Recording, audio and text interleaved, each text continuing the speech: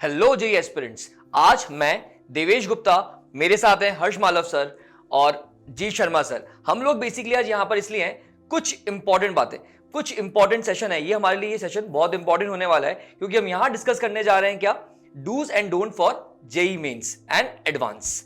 तो sir Harsh Malav sir, कैसा आपको लगा? मतलब जेई मेंस के बाद बच्चों की क्यूरीज आई होंगी बहुत सारी। जी सर। तो उसके अंदर सबसे ज्यादा क्यूरीज मेरे को जो आ रही थी कि सर अब जेई मेंस तो हो चुका है, जेई एडवांस की कैसे प्रिपरेशन करनी है, कैसे हमें शेड्यूल करना है, कैसे। सबसे पहली बात बेसिकली देखो सर, प्रिपरेशन करने से पहले सबसे पहले दिमाग में यही आता है कि सर कैसे हम टाइम टेबल बनाएं, कैसे शेड्यूलिंग करें, कैसे मॉक टेस्ट दें। तो सर थोड़ा सा आप इसके बारे में मुझे बताएंगे। सर सबसे पहली बात तो बच्चों का फर्स्ट अटेम्प्ट जो है वो खत्म हो चुका है और काफ़ी बच्चों को ये समझ में आ गया होगा कि हमें सेकंड अटेम्प्ट की प्रिपरेशन करनी है या एडवांस की तैयारी करनी है। तो ये सर मार्क्स स्पेसिफिक है और बच्चों को बहुत इस चीज़ से पता है कि जिन बच्चों के मार्क्स या परसेंटाइल जो है 98% से अबव आ रही है, तो उन बच्चों को ऑब्वियसली बात है कि एडवांस के लिए प्रिपरेशन करना चाहिए। और जेई मेंस के लिए 10 से 15 दिन भी अगर वो देंगे एग्जाम से पहले तो डेफिनेटली वो और अच्छा परसेंटाइल इंप्रूव कर सकते हैं।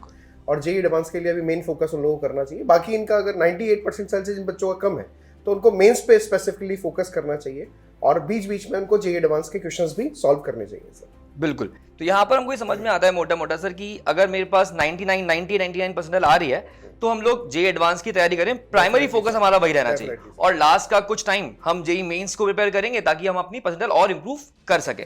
और जो बच्चों का थोड़ा परसेंटाइल कम है वो प्राइमरी फोकस रखें कि भाई हमें पहले जेई मेंस की प्रिपरेशन करनी है और फिर एडवांस का अगर होगा तो हम एडवांस की प्रिपरेशन भी करेंगे बाद में। बिल्कुल सर। सर जी सर, आप मुझे बताइए कुछ किस तरह की क्वेरीज आपके पास आ रही हैं। मतलब बच्चों के रोज अभी जैसे अभी आ गए हैं मार्क्स बच्चों के, तो बच्चों की क्वेरीज आ रही है कि सर कंफ्यूजन बहुत बढ़ रहा है उनके बीच में कि सर कैसे प्रिपरेशन करें, क्या करना चाहिए, किस तरह के सवाल करें, अब आगे कैसे बढ़ना है, कुछ उसके बारे में। देखिए सर, यहाँ पे भी थोड़ा सा मुझे लगता है कि बच्चों को स्पेसिफिकली अपने टारगेट सेट करने पड़ेंगे क्योंकि बहुत कैटेगरी हैं। अगर मैं मोटा मोटा देखूँ इसको तो मैं लगभग इसको 3 कैटेगरी में बांट सकता हूँ। जो 200 से ऊपर के मार्क्स के स्टूडेंट हैं उनको प्राइम फोकस अपना एडवांस की तरफ कर देना चाहिए। और अगर वो 12th बोर्ड में तो थोड़ा लिटिल बिट वो बोर्ड की प्रैक्टिस भी करता रहे तो उसको करना चाहिए कि उसको मिक्स क्वेश्चन पे ज़्यादा फोकस करना चाहिए। मॉक टेस्ट रिपीटेडली उसको देते रहना चाहिए, अपने टेस्ट को एनालिसिस करे और अपने वीक पॉइंट को पकड़ने की कोशिश करे। और एडवांस के स्टूडेंट को मैं थोड़ा गाइड करना चाहूँगा कि ऐसा नहीं हो कि बहुत भारी भारी सवाल पे ही वो फोकस करे, क्योंकि एडवांस के पेपर भी एकदम मुझे लगता है सर आजकल फंडामेंटल ही आ रहे हैं। तो जो फंडामेंटल कॉन्सेप्ट इनको वो अब शार्प करे। बट अगर हम बात करते हैं कोई स्टूडेंट है कि सर मैं 150 और 200 के बीच में कहीं लाई कर रहा हूँ, तो मुझे लगता है उसको एक बैलेंस स्टडी करनी चाहिए जिसमें वो जेई मेन पे भी अपना फोकस कर पाए ताकि वो 99 से ऊपर की परसेंटाइल को अचीव कर ले अगले अटेम्प्ट में। तो उसको थोड़ी सी अपने फंडामेंटल कॉन्सेप्ट पे ज़्यादा फोकस करना चाहिए और ये देखना चाहिए कि इस बार वो प्रिपरेशन में क्या लैग करके गया था, किस सब्जेक्ट में उसने लैग किया है, कौन सी सब्जेक्ट में उसकी सिली मिस्टेक ज़्यादा हुई है, या मैं बोलूँ कि कौन से टॉपिक उसके उतने स्ट्रॉन्ग नहीं हैं। तो पहले उसको उनको उठा लेना चाहिए, उनसे प्रिपरेशन स्टार्ट करनी चाहिए और फोकस होकर स्टडी करना चाहिए। और अगर मैं बात करता हूँ उन स्टूडेंट की जो इससे भी थोड़े से बिलो हैं, 150 के भी नीचे चले गए हैं, तो उनको अपना पूरा फोकस क्या है, जेई मेन पे करके साथ में बोर्ड को प्रिपेयर करना चाहिए। और ये दिमाग से निकाल देना चाहिए कि मैं सिर्फ अगर जेई मेन के कंटेंट पढ़ रहा हूँ, क्लास नोट्स पढ़ रहा हूँ जो एलन ने आपको प्रोवाइड किए हैं, एलन के स्टडी मटेरियल पे मैं फोकस कर रहा हूँ, तो मेरा एडवांस नहीं होगा। डेफिनेटली आप एडवांस में भी बेहतर कर सकते हैं, बट आप उनको छोड़ दीजिए जो बहुत बड़े कॉन्सेप्ट है या बहुत डिफिकल्ट कॉन्सेप्ट है। तो मुझे लगता है देवेश सर शायद ये स्ट्रैटेजी सभी स्टूडेंट को थोड़ी थोड़ी समझ आ गई होगी और इसी पे उनको स्टिक होना चाहिए, फोकस होना चाहिए। काफी हेल्पफुल रहेगी स्टूडेंट्स के लिए। बिल्कुल बिल्कुल सर, एक क्वेरी मेरे पास आई थी स्टूडेंट की कि मतलब वो शायद बहुत सारे बच्चों की भी होनी चाहिए कि सर कभी हम जब प्रिपरेशन कर रहे होते हैं तो सवाल देखते हैं, कुछ बड़ा लेंदी सवाल अगर मुझे दिख जाए, डिफिकल्ट दिखने में, पढ़ने में थोड़ा भयानक सा दिखता है, तो बच्चे अपने हाथ मतलब एकदम से बेसिकली हार मान जाता है और आगे फिर वो सोचता है सर मेरे से कुछ हो ही नहीं रहा है। फिर पेपर में भी ऐसा कहीं होता है क्योंकि एडवांस के पेपर में भी कॉम्प्रिहेंशन टाइप जो आते हैं काफी लेंदी होते हैं, क्वेश्चन भी लेंदी से दिखते हैं, तो बच्चा वहां पे थोड़ा सा घबरा जाता है, नर्वस हो जाता है। तो उसे कैसे इंटरप्रेट किया जाए, कैसे उसे देखा जाए उन सवालों को? सर बात ये कि जैसे एडवांस के पेपर की बात करें, आप जैसे बता रहे काफ़ी बड़े सवाल देखने को मिलते हैं।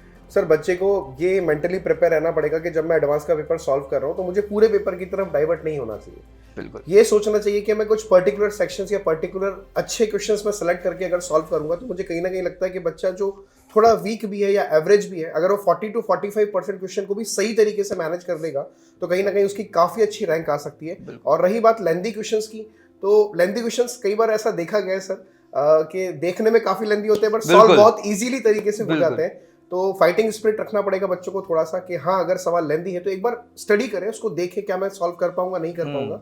अगर लगता है सॉल्व कर पाऊंगा तो उसको सॉल्व करना चाहिए, अदरवाइज ही और she should move to the next question, क्योंकि काफी सारे ऐसे सवाल आते हैं पेपर में जी एडवांस में जो बहुत इजीली सॉल्व हो जाते हैं। बिल्कुल, मतलब अगर मैं देखूं तो जो लेंथी सवाल होते हैं उसको धीरे धीरे पढ़े, अपनी मतलब उसकी प्रैक्टिस भी करे, एग्जाम से पहले थोड़ा कॉम्प्रिहेंशन टाइप की प्रैक्टिस करे, उसकी रीडिंग हैबिट थोड़ी बढ़ाए, तो ये शायद उसके लिए बहुत हेल्पफुल हो जाएगा। मतलब एडवांस के लिए सर उसको डिफरेंट टाइप के क्वेश्चंस पे बिल्कुल, ज्यादा फोकस बिल्कुल। करना चाहिए। मल्टीपैरेट क्वेश्चन हो गए, आपके कॉम्प्रिहेंशंस हो गए, मैट्रिक्स मैच टाइप क्वेश्चंस हो गए, इन पे ज्यादा फोकस करना चाहिए rather than single correct questions. तो कहीं ना कहीं उसका कॉन्फिडेंस बूस्ट अप होगा।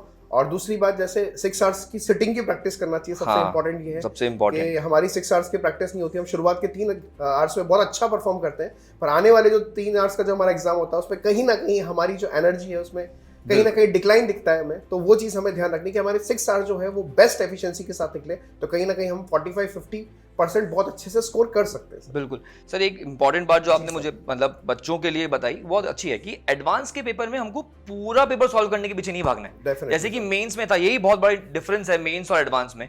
हम मेंस में पूरा पेपर करने की तरफ भागें, और एडवांस में मतलब हम लोग सोचते हैं कि अगर हम 50% पेपर भी कर रहे हैं तो हम बहुत अच्छा कर रहे हैं। सर दोनों ही अपने अपने पहलू हैं। अगर मेंस की बात करें तो वहाँ पे स्पीड प्लस एक्यूरेसी चाहिए, बिल्कुल। पर एडवांस की अगर बात की जाए तो एक्यूरेसी बहुत इंपॉर्टेंट है। आपने जो क्वेश्चंस किए हैं आपको इतना कॉन्फिडेंस होना चाहिए कि मैंने 50% क्वेश्चंस किए हैं तो वो सही होने चाहिए मेरे। स्पीड इतना मैटर नहीं करती, हाँ थोड़ा बहुत देखो, speed is a function of practice, तो अपने आप प्रैक्टिस से ही आएगी। तो कहीं ना कहीं हमें एक्यूरेसी पे फोकस करना चाहिए जी एडवांस के लिए। बिल्कुल। तो देवेश सर, आपने ये जो सवाल पूछा था इसमें एक पॉइंट मैं और ऐड करना चाहूँगा। हर सर आप भी इस पे अपनी राय रखिएगा कि जो बड़े सवाल होते हैं कॉम्प्रिहेंशन टाइप के, जनरली स्टूडेंट इनसे भागते हैं, है ना। बट मेरा एक्सपीरियंस ये कहता है या मेरी एक्सपर्टीज ये कहती है कि ये उतने टफ नहीं होते हैं जितने दूसरे सवाल टफ होते हैं। अब समस्या ये आती है स्टूडेंट को कि वो ऊपर से स्टार्ट करता है रीडिंग और लास्ट तक आता है ऊपर का भूल जाता है। अगर आप बड़े क्वेश्चन को अटेम्प्ट कर रहे हैं तो आपको हाथ वो लिखना चाहिए। आप जब ऊपर से पढ़ रहे हैं तो उसी समय आपका दिमाग कैलकुलेट करता रहना चाहिए, ये गिवन है, ये दिया हुआ है, समथिंग लाइक दैट, और ये शायद कॉन्सेप्ट की तरफ मूव कर रहा है। और जब लास्ट में आ जाए तो स्पेसिफिकली उस लाइन को अंडरलाइन कर लीजिए कि पूछा क्या है एग्जैक्टली। क्योंकि अगर आपको ये ब्रेन में होता ना कि मुझे पूछा ये है, मुझे निकालना ये है, तो फिर उस डेटा को आप शॉर्ट में इंटरप्रेट कर सकते हैं देवेश सर। तो मुझे ऐसा लगता है कि अगर इस तरीके से आप 50-60 क्वेश्चन कर लें अभी भी, तो आपको ये प्रैक्टिस हो जाएगी कि बड़े पार्ट को हम कंप्रेस करके अपनी आंखों के सामने कैसे पिक्चर फॉर्म में क्रिएट करते हैं। और मुझे लगता है फिजिक्स में तो देवेश सर ये बहुत ज्यादा बेहतर स्कीम होती है कि कभी कभी तो ऐसा भी होता है कोई नया कॉन्सेप्ट ही वहां पे होता है, बट एक्चुअली अगर बच्चा देखेगा नया कॉन्सेप्ट देख के घबरा जाता है, पर देखा जाए तो पूरा एक्सप्लेन्ड होता है उसके अंदर, उसी के हिसाब से आपको सॉल्व करना है। तो उसको अगर ढंग से पढ़ ले, 5 मिनट देकर उसको ढंग से पढ़ ले, तो वो बहुत ही ईजी सवाल भी हो जाते हैं कई बार। और उस क्वेश्चन को पढ़ने की स्ट्रैटेजी भी यही करनी है कि आप एक बार में उसको इतनी अच्छी स्किल से पढ़िए, इसी को बोलते हैं रीडिंग स्किल, कि एक बार में आपको सारा डेटा क्रंच करके बाहर निकाल लीजिए ताकि आपको पूरा पैसे दोबारा रीड करने की जरूरत ना हो। अगर आप इस तरीके से अपने आप को मैनिपुलेट करेंगे अभी से, तो डेफिनेटली मुझे लगता है कि आप IIT एडवांस के अंदर बहुत बेहतर सिचुएशन में होंगे और आपका रिजल्ट जो है वो स्पार्क करते हुए नजर आएगा। मैं भी देवेश सर एक बात बोलना चाहूंगा, जैसे कि माइंड गेम है सबसे बड़ा। तो बच्चा क्या होता है, इस टाइप के क्वेश्चन जीत सर प्रैक्टिस ही नहीं करता। बिल्कुल सर। कॉम्प्रिहेंशन हो गया, मल्टीपल करेक्ट हो गया, तो बच्चा इन क्वेश्चन से दूर भागता है। तो जब तक दूर भागेगा बच्चा तो उस चीज को हैंडल कभी भी नहीं कर पाएगा। तो अगर 50 से 60 सवाल या 100 सवाल बच्चा इसको प्रैक्टिस कर ले, तो मुझे कहीं ना कहीं लगता है कि, क्योंकि कॉम्प्रिहेंशन में सर हमने देखा है कि एक क्वेश्चन ही डिकोड करना सबसे डिफिकल्ट होता है, फिर सारे बन अगर एक क्वेश्चन आपने डिकोड कर दिया तो 3 क्वेश्चन का अगर पैराग्राफ है तो आई थिंक पूरा कॉम्प्रिहेंशन ही डिकोड कर दिया। बिल्कुल। तो सर ने बहुत अच्छी बात बोली कि जो भी आप लाइन पढ़ रहे हैं उसका डाटा एक बार लिखते जाएं थोड़ा थोड़ा, तो दैट विल बी बेनिफिशियल। क्योंकि एक साथ पूरा कॉम्प्रिहेंशन देखोगे तो वो बहुत बड़ा लगेगा, पर अगर डाटा लिखते जाएंगे आप 3-4 लाइन में छोटे छोटे स्टेप में, तो कहीं ना कहीं वो कॉम्प्रिहेंशन बहुत इजीली सॉल्व हो सकता है। ऐसे ही एक मल्टीपल चॉइस की अगर हम बात करें और स्पेसिफिकली अगर थ्योरेटिकल हो, तो वहां पे बच्चे को सबसे बड़ी जो समस्या आती है हर सर, वो ये है कि वो 4 में से 2 या 3 पे तो कॉन्फिडेंट रहता है, पर एक उसको फंस जाता है। और अब एक अगर फंस गया तो उसका कॉन्फिडेंस वहीं जीरो हो जाता है कि मैं टिक करूं या ना करूं। तो इसीलिए आपको मल्टीपल पे भी बेहतर प्रैक्टिस करनी चाहिए। और कुछ मल्टीपल जो न्यूमेरिकल टाइप के होते हैं उसमें मैंने अक्सर करके देखा है कि अगर आप ऑप्शन ए बना रहे हैं ना कि ए में ये पूछा गया है, तो बाय डिफॉल्ट उसी के अंदर बी इंक्लूडेड होगा और उसी से जुड़ा हुआ सी भी होगा। तो अगर आप इस तरीके के क्वेश्चन की प्रैक्टिस करेंगे तो श्योर शॉट है कि एडवांस में आप स्कोर कर पाएंगे। और मेरा अभी तक ये एक्सपीरियंस रहा है कि जिस स्टूडेंट का मल्टीपल करेक्ट बेहतर होता है, उसकी थ्योरी बहुत स्ट्रांग होती है, उसके फंडामेंटल स्ट्रांग होते हैं। तो अगर कोई भी स्टूडेंट एडवांस का प्रिपरेशन कर रहा है और वो चाहता है कि मैं बहुत बेहतर परफॉर्म करूं, तो उसको हर चैप्टर में मुझे लगता है इस टाइप के क्वेश्चंस पे ज़्यादा स्पेसिफिकली फोकस्ड होना चाहिए, जिससे उसकी थ्योरी इंप्रूव होगी, उसकी स्किल्स इंप्रूव होगी, उसकी रीडिंग स्किल्स इंप्रूव हो जाएगी और कहीं ना कहीं उसकी एनालिटिकल स्किल्स भी बहुत बेहतर हो सकती है देवेश सर। तो इस पे आप और इनको थोड़ा सा फिजिक्स से जुड़ा हुआ मुझे ज्ञान ऐसा दीजिए। लग रहा है कि ये सेशन बच्चों के लिए इतना इंपॉर्टेंट होने वाला है, क्योंकि हम सारी जो बच्चों की क्वेरीज आ रही हैं उन सब चीज़ों को यहाँ पे हम देख रहे हैं, सबके सोल्यूशन आप लोगों से लेंगे, तो मुझे ऐसा लगता है कि बच्चों के लिए काफ़ी इंपॉर्टेंट होने वाला है। तो सर एक और क्वेरी मैं आपको बताता हूँ कि यार कल ही मेरे पास एक बच्चे का फ़ोन आया, मतलब वो स्टूडेंट उसने कहा कि सर मैं को सब आता है, मतलब मैं पेपर को देखा, मेरे को ऐसा लगा मुझे सब आता है, बट जब मैं पेपर करने लगता हूँ पेपर थोड़ा ब्लैक आउट, मतलब होता है ना ब्लैंक हो जाता है, बच्चा अटेम्प्ट नहीं कर पा रहा है, वहाँ नर्वस हो गया है पेपर में, तो और उन्हीं क्वेश्चन को घर पे आके करे तो उसको बड़ा ही आसान लगता है कि सर यार ये मैंने कैसे गलती कर दी। तो मुझे कहीं ना कहीं लगता है कि बच्चा सिली मिस्टेक या बच्चा नर्वस होने के कारण ऐसा हो जाता है, तो सर इस चीज़ से वो कैसे इंप्रूव करे? सर बहुत अच्छा सवाल है, actually this is the most important question जो सारे बच्चों के साथ ही होता है। बिल्कुल। तो कैटेगरी वाइज सर हम बात करते हैं करके। सबसे पहली बात तो आपने बताया कि बच्चा ब्लैंक हो जाता है, एक स्टेज पे जाने के बाद ब्लैंक हो जाता है। उसके पीछे रीजन ये होता है कि शुरुआत में वो ऐसे क्वेश्चंस को पिक कर लेता है जहां पे वो स्टक हो जाता है कैलकुलेशन में, या उसको लगता है कि मैं ये क्वेश्चन कर पाऊंगा या this is my favourite chapter, तो वो अपने ईगो पे ले लेता है कि यार मेरे हिसाब से मेरा मानना है कि one question is enough to ruin your entire paper, पूरा पेपर बर्बाद करने के लिए एक सवाल काफी होता है सर। तो आपको ऐसे सवालों से बचना है और डेफिनेटली एग्जामिनर ऐसे क्वेश्चंस आपको एग्जाम में देगा। तो शुरुआत के 1.5 आवर आपको कॉन्फिडेंस बूस्ट अप करना चाहिए ताकि आप लास्ट में जाके ब्लैंक ना हो, पहली बात। दूसरी बात हमें ये ध्यान रखनी, सिली मिस्टेक्स जो हमसे होती है या हम टाइम मैनेज नहीं कर पाते, उसके पीछे सबसे बड़ा फैक्टर होता है कि सर हम टाइम बाउंड प्रैक्टिस नहीं करते घर पे। अगर हम टाइम बाउंड प्रैक्टिस करें ना घर पे तो कभी भी ऐसा नहीं होगा, हम प्रेशर हैंडल करना ही नहीं सीखते। बिल्कुल। हम क्या करते हैं कि 10 क्वेश्चन के हमारे पास रेस है तो हम 10 क्वेश्चन को 2 आवर्स के लिए कर रहे हैं, 1.5 आवर के लिए कर रहे हैं। हमें ये फिक्स करना चाहिए कि 40 मिनट में मुझे 10 सवाल करने हैं, फिर आगे प्रैक्टिस करनी चाहिए 35 मिनट्स में वो मैं 10 सवाल करूंगा। अगर मैं टाइम बाउंड प्रैक्टिस करूंगा तो कहीं ना कहीं मैं प्रेशर हैंडल कर रहा हूँ, वो प्रेशर मैं एग्जाम में भी हैंडल कर पाऊंगा। हम प्रेशर हैंडल करना ही एग्जाम में सीखते हैं। तो एक बहुत अच्छी बात है सर, जैसे फाइटर प्लेन होता है सर, तो उसमें इजेक्शन जो होता है तो वो कभी भी फाइटर पायलट को प्रैक्टिस नहीं कराया जाता क्योंकि प्रैक्टिकली पॉसिबल ही नहीं। अगर इजेक्शन करेगा तो प्लेन ऑब्वियस सी बात है क्रैश होगा, तो उनको प्रैक्टिकली नहीं कराया जाता। तो ऑब्वियस सी बात है एग्जामिनेशन का प्रेशर भी बच्चा वहां जाके ही फेस करेगा, बट हम थोड़ा बहुत तो प्रिपेयर कर ही सकते हैं उस प्रेशर को अपने घर पे। तो इस बात का ध्यान रखें बच्चा के टाइम बाउंड प्रैक्टिस करें, जितना टाइम बाउंड प्रैक्टिस करेगा, और आंसर्स भी एक क्वेश्चन के बाद ना देखिए। बिल्कुल कोशिश करें कि 10 क्वेश्चन मैंने पूरे अटेम्प्ट कर लिए उसके बाद ही आंसर की देखे, देन आफ्टरवर्ड सोल्यूशन। बच्चा ये करता है कि एक क्वेश्चन करा, आंसर देखा नहीं हुआ, सोल्यूशन देखा, तो कहीं ना कहीं ऑब्वियसली बात है this is not a proper way to. मतलब प्रॉपर फाइट नहीं कर रहा है सवाल के साथ, एक दो बार तो कम से कम अटेम्प्ट करे, उसके बाद वो सोल्यूशन पे जाए। और सोल्यूशन मेरे हिसाब से 10-15 सवाल करने के बाद अपना टाइम देख ले कि भाई 30 मिनट में मैंने 10 सवाल करे, अब मैं उन 30 सवाल के सोल्यूशन देख लूं। ऐसा नहीं होना चाहिए क्वेश्चन करा सोल्यूशन देखा, क्वेश्चन किया सोल्यूशन देखा, वो थोड़ा वहां बच्चा सीख तो रहा होता है बट वो आपने जो बात बोली प्रेशर हैंडल वो नहीं कर पा रहा है। तो देवेश सर कई बच्चों से बात होती है तो 1 महीने अपन उसको ये टास्क देते हैं कि आप इस तरह से फॉलो कीजिए, और डेफिनेटली 1 महीने 2 महीने के बाद बच्चा अगर रेगुलर प्रैक्टिस करता है इस चीज को तो काफी बड़ा इंप्रूवमेंट देखने को मिलता है बच्चों के एग्जामिनेशन में, क्योंकि वो प्रेशर हैंडल करना सीख जाता है। सबसे बड़ा गेम ही प्रेशर का है सर। तो अब सर मुझे सबसे इंपॉर्टेंट बात याद आ गई कि भाई अब ये प्रेशर हैंडल आप बोल रहे हैं टेस्ट कर, तो मॉक टेस्ट हम बच्चों को बोलते हैं करने के लिए।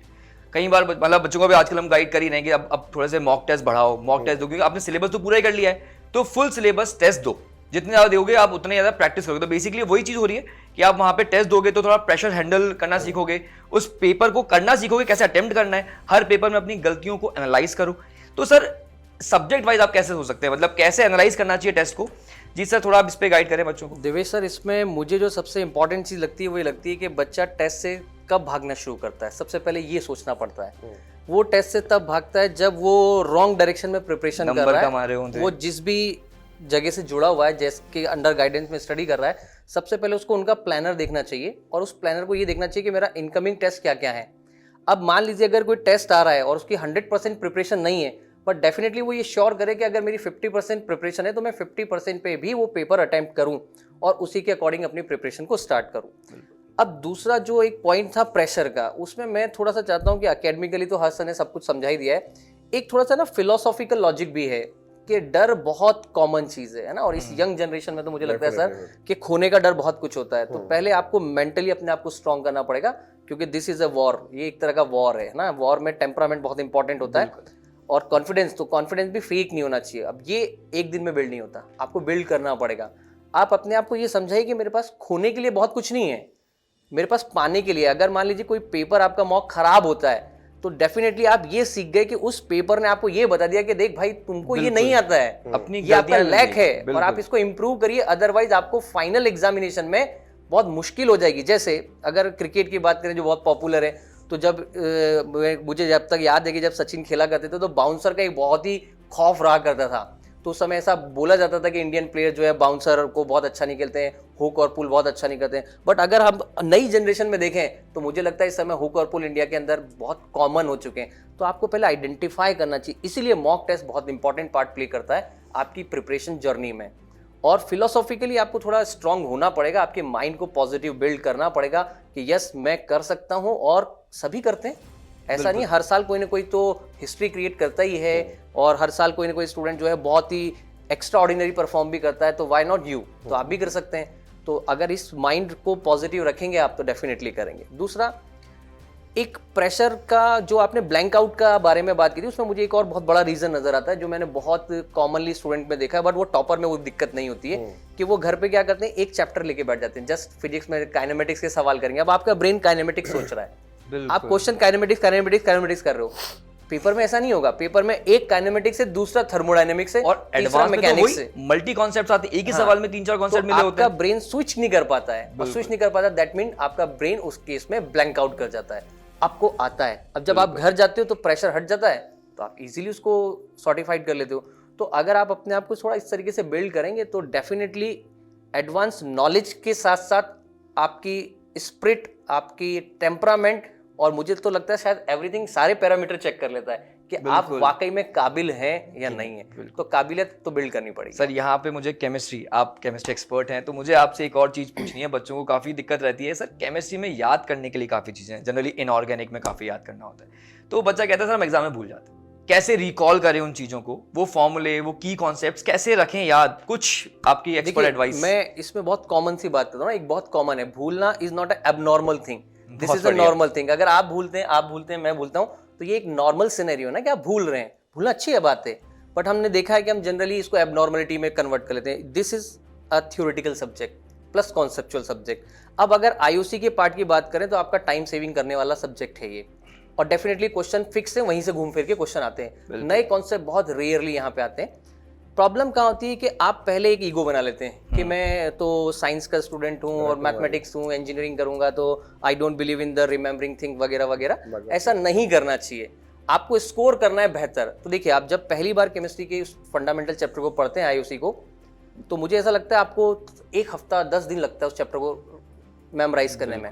बट जब आप सेकंड टाइम करते हैं टेस्ट पेपर में तो वो श्रिंक होके 5 डे आ जाता है, थर्ड टाइम करते हैं तो 2 डे आ जाएगा, और जब तक आप एग्जाम में पहुंचेंगे, आप 20 बार से ज़्यादा आप एलन के साथ टेस्ट दे चुके हैं, तो डेफिनेटली वो क्रंच होते होते इतना शॉर्ट पार्ट हो जाता है कि आपको मेमोराइज रहता है। बट एक स्टिल एक प्रॉब्लम रहती है कि स्टूडेंट को कभी कभी ऐसा लगता है वो रिएक्शन में भूल गया, वो रिएक्शन में भूल गया। ऐसा कभी नहीं होता है, हमेशा एग्जाम में रिएक्शन याद आती हैं, और आप डेफिनेटली सही सवाल अटेम्प्ट करके आ पाते हैं। इसमें थोड़ा सा मैं ये सलाह जरूर दूंगा कि आईओसी में अनवांटेड चीज़ों से बचना चाहिए उनको। अच्छी गाइडेंस में अगर वो पढ़ रहे हैं तो डेफिनेटली उनके टीचर उनको हेल्प करते होंगे कि अनवांटेड रिएक्शन, अनवांटेड प्रोडक्ट हमें डील नहीं करने, और पूरी कंप्लीट बैलेंस रिएक्शन भी याद करने की जरूरत नहीं पड़ती है। बहुत फंडामेंटल सवाल आते हैं सर, तो definitely IOC is the one of the most important part in JEE preparation.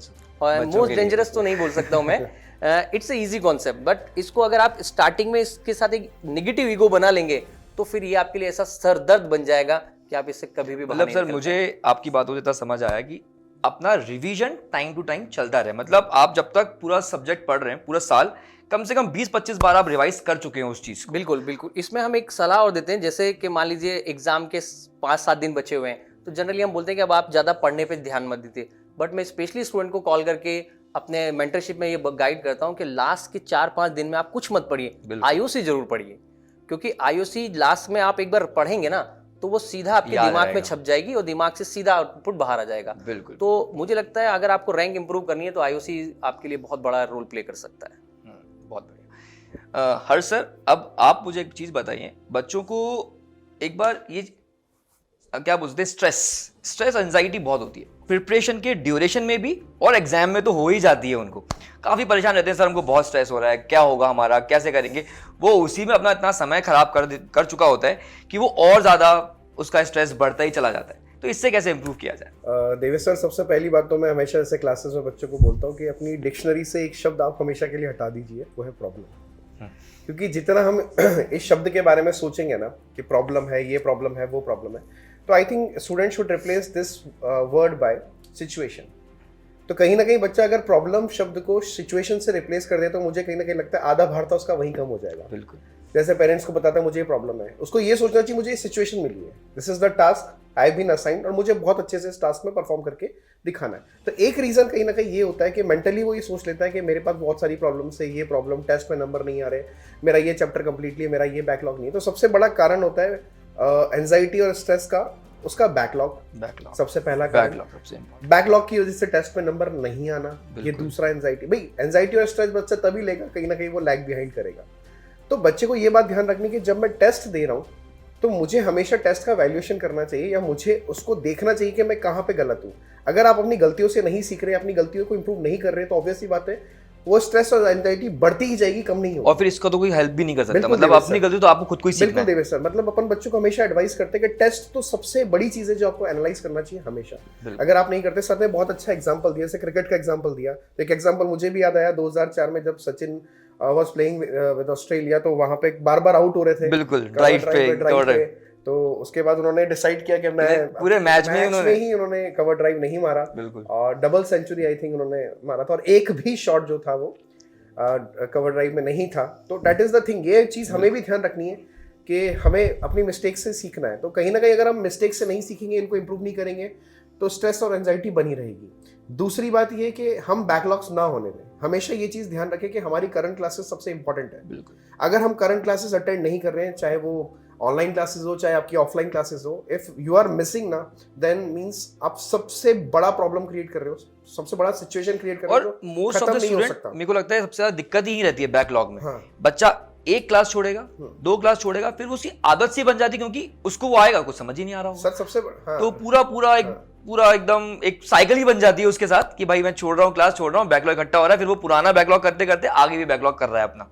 तो बैकलॉग तो सर ऐसी चीज है जो कभी खत्म नहीं होगी। एक बार उसने सोचा कि मुझे रिकॉर्डिंग्स मिल रही है या जो भी फैक्टर्स है, वो कभी खत्म नहीं होता। फिर वो बच्चा उसको पाइल अप करता जाता है और पाइल अप होने के बाद एक टाइम ऐसा आ जाता है, मतलब हम कारण पे बात कर रहे हैं कि स्ट्रेस और एंजाइटी बच्चे को होता क्यों है, तो ये सारे रीजंस है उसके, और उसको वो इतना ओवरबर्डन कर देता है चीजों को कि मैं नहीं कर सकता। मतलब बच्चा 6 महीने में सर ऐसी बातें करने लग जाता है, आपसे भी बात होती होगी, सर से भी बात होती होगी कि सर मेरा तो अब नहीं हो पाएगा, 6 महीने बाद छूट गया, 6 मंथ 4 मंथ्स का कोर्स छूट है। ऐसा नहीं होता है। पहली बात तो ऐसा सोचना ही नहीं चाहिए आपको। उस चीज को लेकर स्ट्रेस और एंजाइटी तो बिल्कुल नहीं लेनी चाहिए कि मेरा 4 मंथ्स का किसी भी रीजन की वजह से अगर बैकलॉग हो गया, टेस्ट में नंबर नहीं आ रहे, तो मैं जेई क्रैक नहीं कर सकता। ऐसा नहीं है। आप जिस दिन से स्टार्ट करोगे ना, उस दिन से ही आपकी जेई की जर्नी स्टार्ट होगी और कहीं ना कहीं आप बहुत बेहतर एग्जाम्पल है सर, काफी सारे एग्जाम्पल है हमारे पास, ऐसे एग्जाम्पल काफी।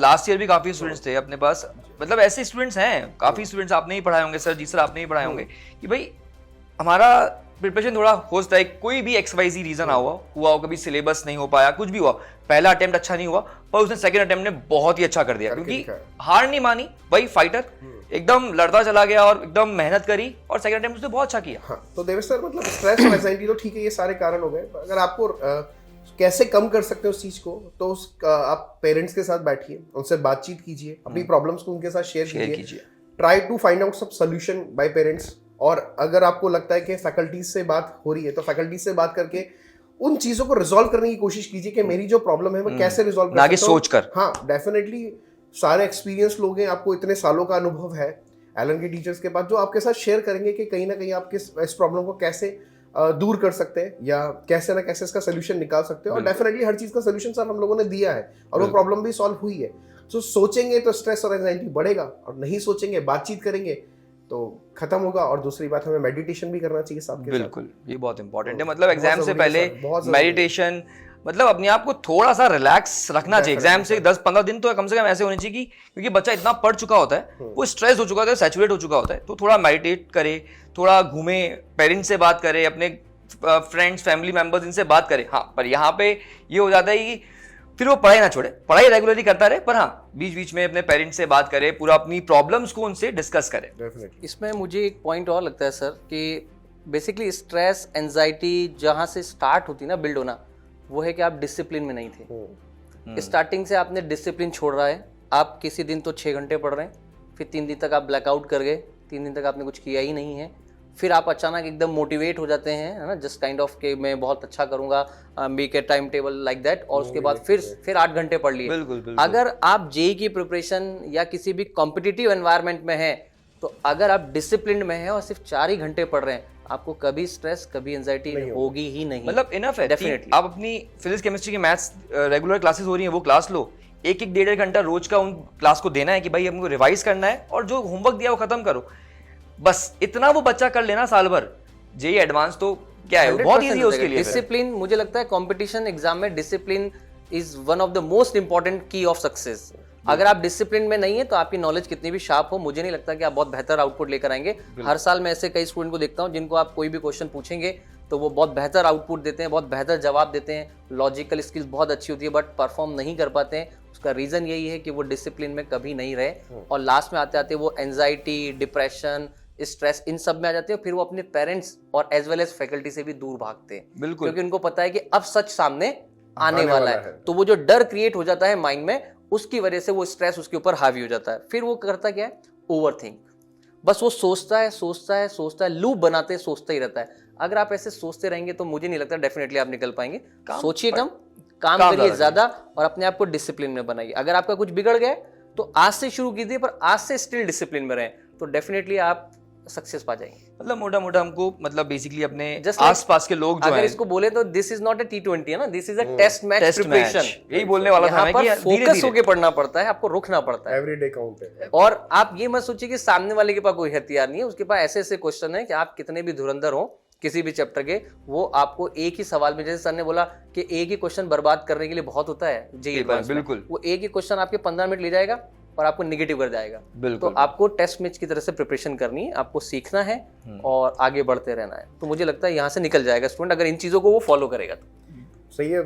तो कंक्लूजन तो यही है सर, बच्चा, सर ने भी बताया कि डिसिप्लिन और रेगुलरिटी अगर बच्चा रखेगा तो कभी भी इस तरह की प्रॉब्लम्स नहीं आ सकती, और आ भी चुकी है तो मेरे हिसाब से बात करने से ही बात बनेगी। आप शेयर नहीं करेगा टीचर्स को तो ऑब्वियस ही बात है, सर ने कहा, वो पाइल अप होती जाएगी और प्रॉब्लम क्रिएट होती जाएगी। मतलब अपने टीचर से बात जो है, मुझे लगता है कि सारे सवाल आज देवेश सर ही हमसे पूछ रहे हैं, तो एक सवाल तो हम भी देवेश सर से पूछे ताकि उनकी एक्सपर्टीज जो है वो भी बच्चों को मिले। तो सर, हमारे पास एक सवाल है आपके लिए, जो कि इस समय की यूथ जनरेशन में, इवन हम लोगों में भी,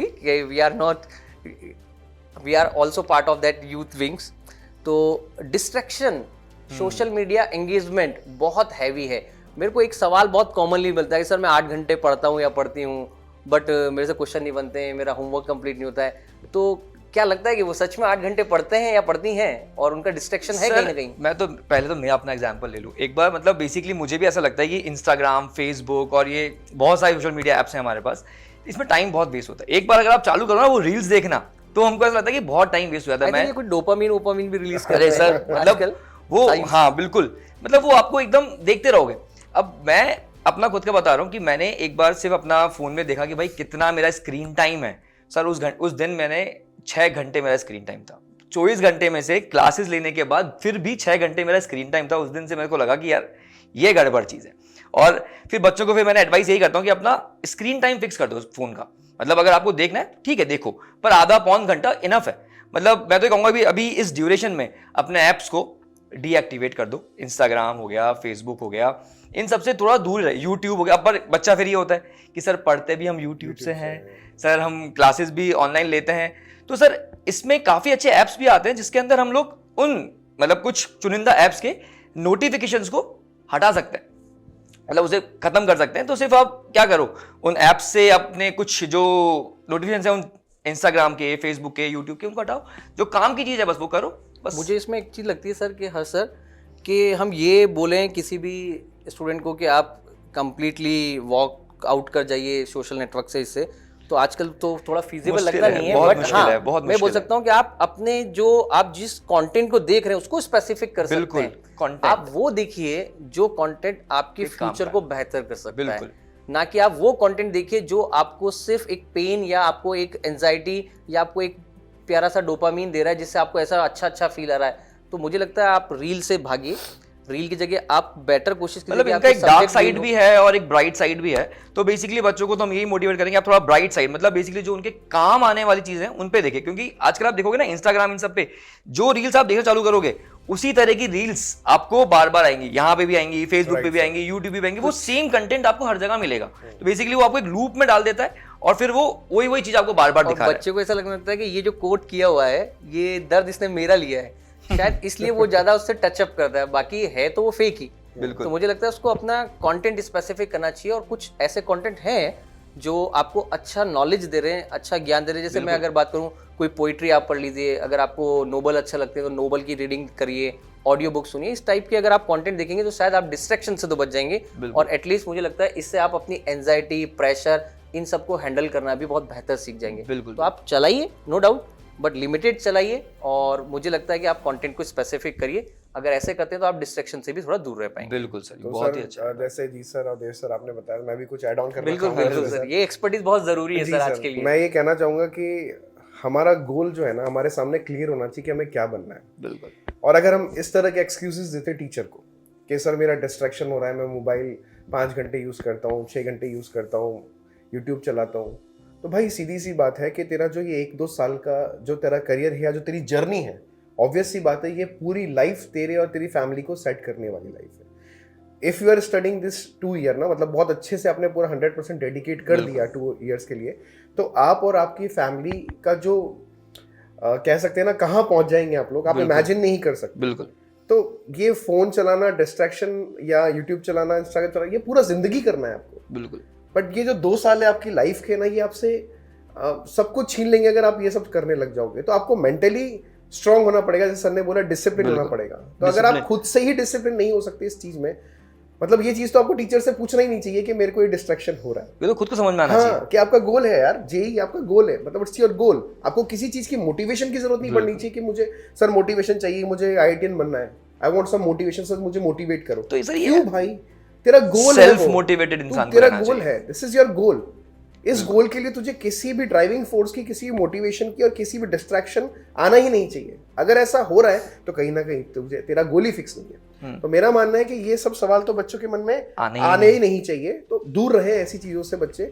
हाँ, अगर आते भी हैं तो कैसे ना कैसे सोचो कि भाई मेरे को जीवन में करना क्या है, मैं ये करने आया हूँ कि आईआईटीएन बनने आया हूँ। कहीं ना कहीं अगर बच्चा मेंटली बहुत स्ट्रांग रहता है तो इस तरह सर मेरे को इतनी अच्छी एक बात मेरे को एक टीचर ने, मेरे टीचर ने मुझे बताई थी, जो मुझे काफी अच्छी लगती है, मुझे आज तक भी याद है कि सर उस समय जब हम प्रिपरेशन कर रहे थे कि भाई 2 साल आपके पास है, या तो अभी मेहनत कर लो या पूरी जिंदगी भर मेहनत करनी पड़ेगी। इसमें एक लाइन और ऐड कर सकते हैं हम कि जैसे ये जो डिस्ट्रैक्शन है, हम बोल सकते हैं अपने आप को सेटिस्फाइड कर सकते हैं कि ये हर वक्त अवेलेबल रहेगा, बट अभी जो है ये प्रायोरिटी सेट आएगा, मतलब आपकी प्रायोरिटी सेट करनी चाहिए। बिल्कुल। तो आप चाहो तो इसको बाद में भी कर सकते हो, बट आई नो कि बाद में भी शायद इतना टाइम मिलेगा नहीं, बट आप अपने आप मन को सेटिस्फेक्शन दे सकते हैं कि ये मैं बाद में कर सकता हूँ, और जो अभी करंट चल रहा है ये मेरे लिए ज्यादा प्रायोरिटाइज है, तो मैं इसको अभी करता हूँ। बिल्कुल सर।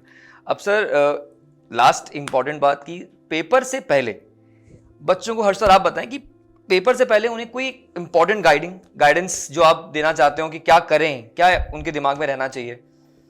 सबसे पहली गाइडेंस तो मैं बच्चों को देना चाहूँगा कि अपना वैल्यूएशन करना बहुत ज़रूरी है। आपने अगर क्वेश्चंस बहुत सारे सॉल्व किए, थ्योरेटिकल पार्ट आपको आता है, तो आपको मॉक टेस्ट देना चाहिए, और जहाँ कमी हो रही है वो उसको इम्प्रूव करने की कोशिश करनी चाहिए।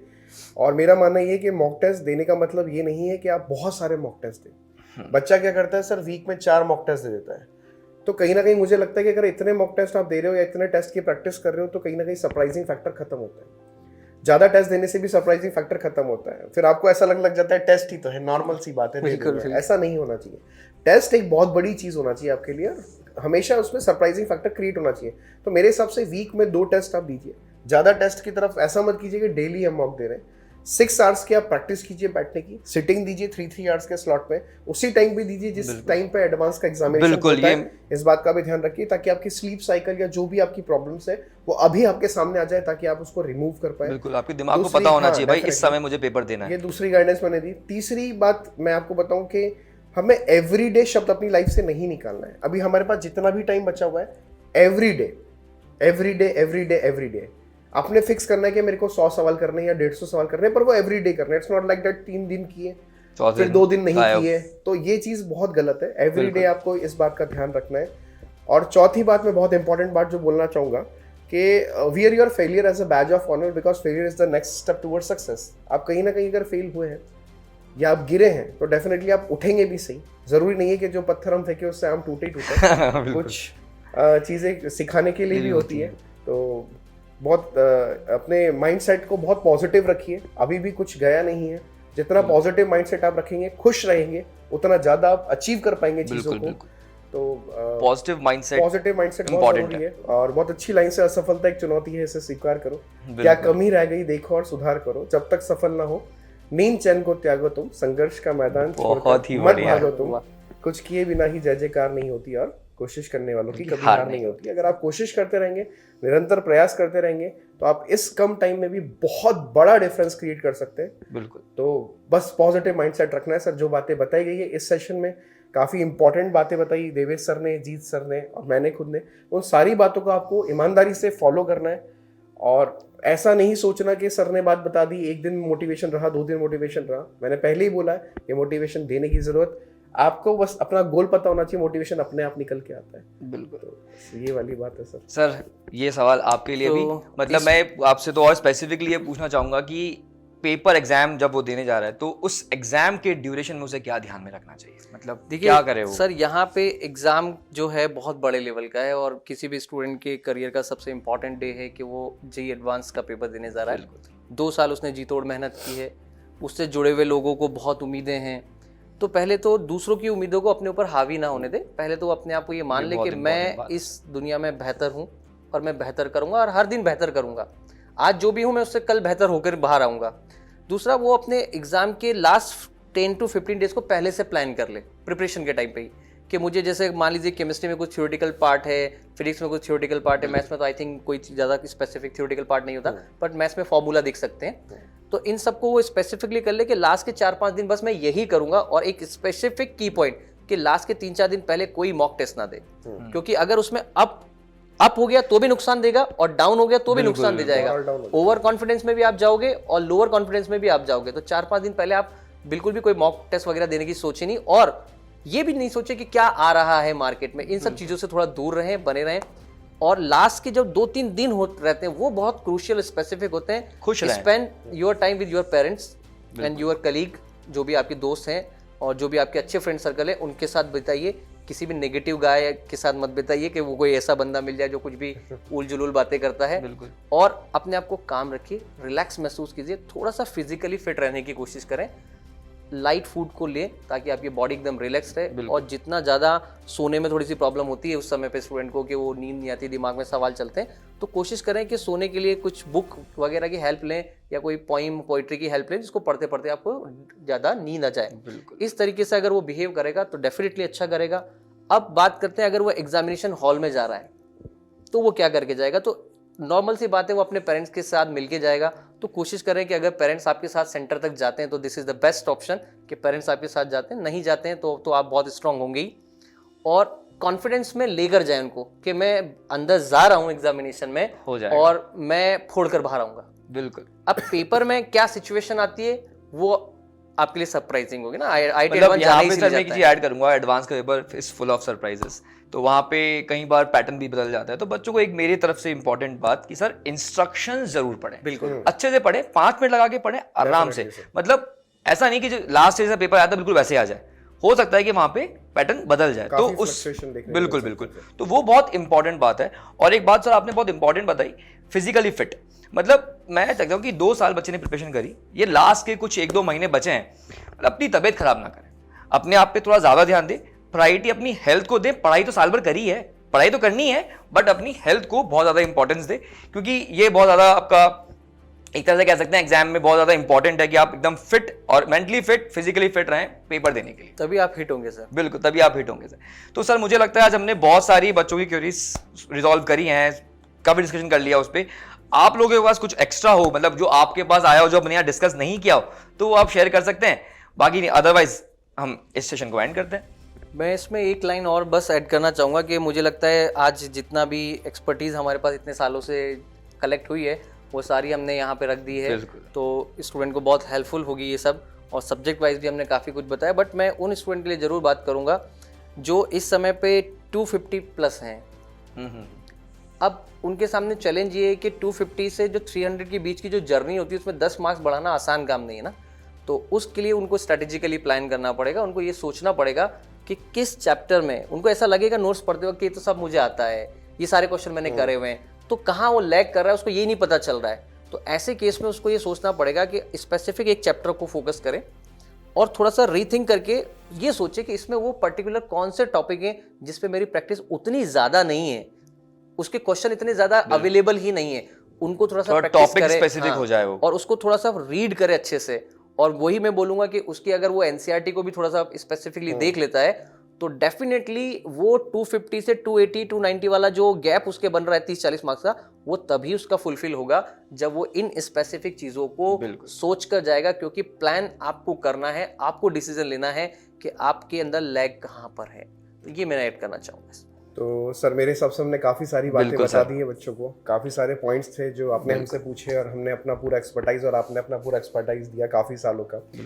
तो मेरा बस बच्चों से सर यही कहना है कि कमेंट सेक्शन में ज़रूर बताइएगा कि इस सेशन को देखने के बाद आप क्या कमिटमेंट लेते हैं। मतलब कमिटमेंट ऐसे लिखना है आपको, every day I will do this and my goal is this. तो डेफिनेटली आप कमेंट सेक्शन में ज़रूर लिखिएगा इस बात को कि सर हमने ये कमिटमेंट लिया है। सर डेफिनेटली हम वापस आएंगे और कमेंट करेंगे दोबारा उस कमेंट पे। हाँ, जे एडवांस रिजल्ट के बाद हमको उस पर वापस रिप्लाई भी चाहिए। हाँ बिल्कुल, रिप्लाई भी चाहिए।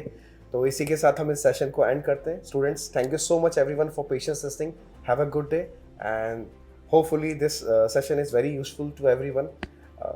Take care. Best of luck everyone.